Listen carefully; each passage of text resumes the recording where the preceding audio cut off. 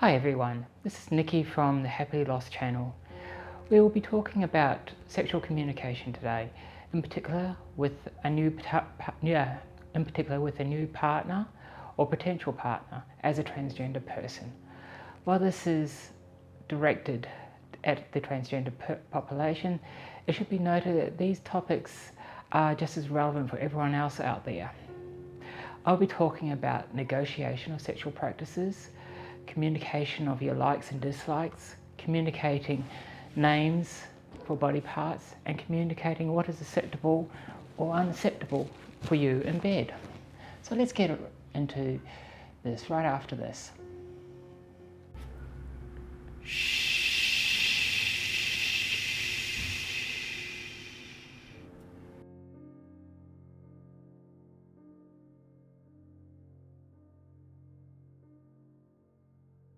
This can be taken from a BDSM perspective when negotiating a scene, which is essentially for any scene play.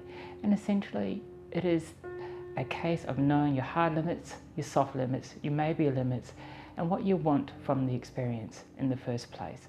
So from that perspective, let us first talk about consent.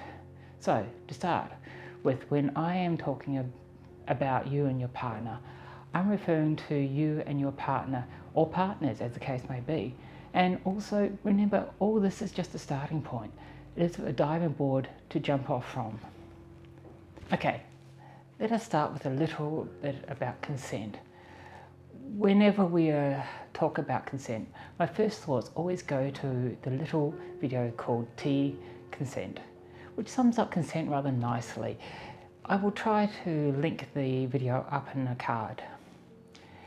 In essence, consent is a constant thing given to someone which can be withdrawn at any point of time if you want to. You should remember that you are not obligated to do anything you do not want to do. It is wrong to force anything on you that you do not wish to be a part of. No harm should come to you should you refuse consent or withdraw consent. And your inability to give consent or to say no, whether by force or other reason, is not consent for what is happening. So through any sexual or non-sexual interaction, consent is required and is only given when it is free and unpressured. So you're thinking about sex with these people. Shall we do a little bit about negotiation? This is a bit of a tricky one. To negotiate your sexual wants and desires for you and your partner are probably going to struggle to communicate if you are not used to it, or if you do not feel quite comfortable with each other. Yet it is one of the most important things which can occur leading up to sex in the first place. By the way, you should not be in the middle of a sex act and then start negotiating with your partner. It should happen beforehand. It can even be part of foreplay. Think about it. You are talking about sex and what you would like to do or have done to you. What a turn on that could be. This next point reminds me of BDSM saying, your kink may not be my kink, but it is okay.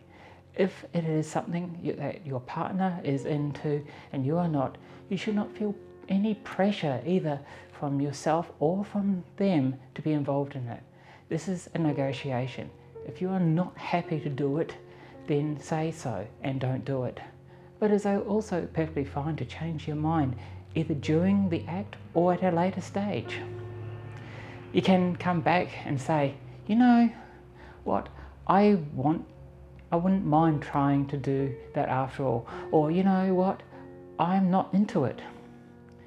If negotiating is scary for you or your partner, try this to get the ball rolling. You and your partner get some paper and separately write down a will do, a will not do, and a maybe list.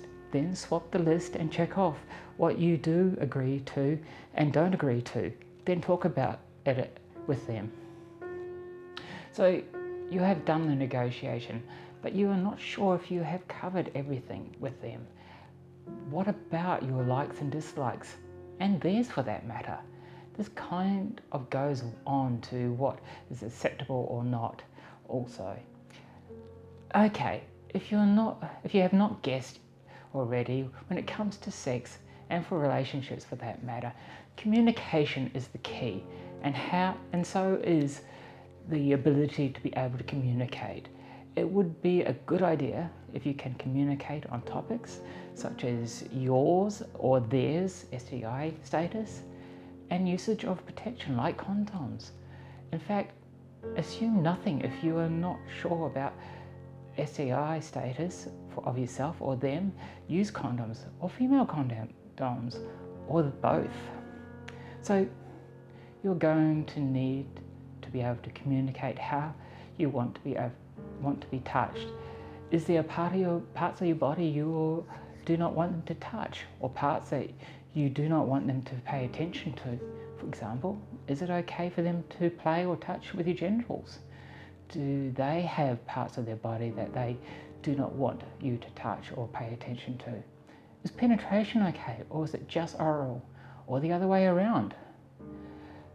For either of you, everyone needs to be able to communicate their likes and dislikes regarding sexual activities, and not just before or after sex, but also during sex. If everything is just not working for you during sex, change it if necessary, with the other person's permission, consent of course, and no pressure from anyone.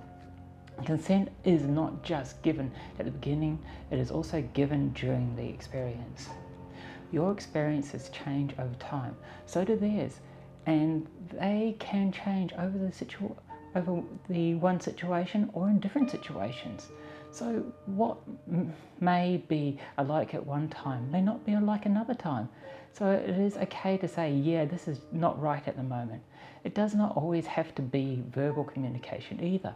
It is a good way to do it. Body language and sounds are also possible. So stop and listen what is going on for you and for the people you are with. And maybe over time, all who is involved can become tuned into each other's own special language. Shall we consider names for body parts? Now, how to put this? Some people do not find the names of body parts which was assigned to them at birth according to the physical traits of gender to be acceptable.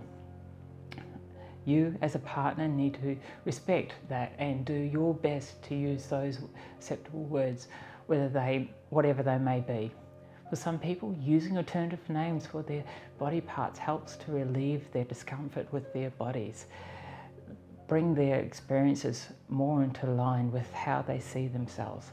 So try to be respectful of their naming and use their language. In counselling terms, it is referred to as mirroring their language, which aids in building connection with the other person.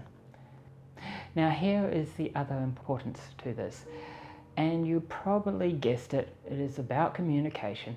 The other person needs to be able to convey those preferred body part names to their partner or partners.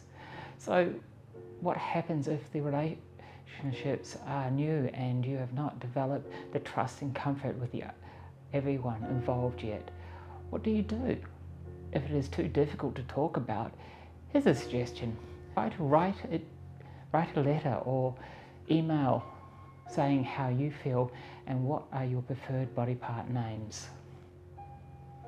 Okay, so we briefly covered consent, negotiation, likes and dislikes, and names of body parts. So what have I left off? A rather important part. Not to say everything before was not important. It was. I cannot stress that enough. But what I have left off until now is what is acceptable in bed and what is not. What I am meaning by what is acceptable or unacceptable in bed is about communicating to everyone in your situation as to what is acceptable or not. What are everyone's hard limits to take it back to BDSM? That is, what is the absolute no for everyone? The hard limits are the will not do items on the list. It is there is no way I'm going to do that list. So yes, I am introducing BDSM terminology into this again. So it is a good idea to know, at least in theory, what you will not do. And yes, you can, and it may change over time, which is perfectly okay.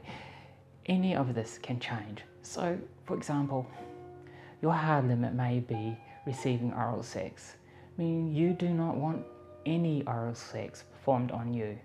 For a transgender person, this could help as the focus will not be on their genitals anymore. Okay, so hard limits we can understand now. They are the absolute, at the moment, no's of your interaction. So let us talk about what will hopefully would be the obvious one, the will-do list. The only real comparison in BDSM is the green light. Some practitioners in BDSM use the traffic light system, meaning green all go, yellow, amber, check in with me, and red means stop whatever you're doing, end of the story, not okay. The will-do list is what is acceptable in bed, with their consent of course. I do not know if there is much more to say about that, except that it has to be okay for all parties involved. Let us talk about the maybe list. If you had not guessed it, it is proceed with caution, the amber light, keep checking in with me list. There are many sexual situations that this can apply to, not just for transgender people. Those who have experienced abuse, not just sexual abuse, but other forms as well. It is the activities I'll consider doing if I feel it is right. But check in with me all the time because I'm not sure about it, which pretty much sums it up. All of what I have talked about can and probably will change. They may not be set in stone. We as living, breathing human beings are ever evolving and changing beings, with thoughts and feelings changing from one minute to the next. So what might be right now may not be right in a second from now. It is always important to check in with the other people involved. So that pretty much wraps it up briefly for these topics. Consent, negotiation, communication of likes and dislikes, names of body parts, and what is acceptable and unacceptable in bed for you and your partner. If you like this content and would like to see more on motorcycles, art, sex-related content, don't forget to subscribe and press the bell to be notified of any updates. See you next time. Bye.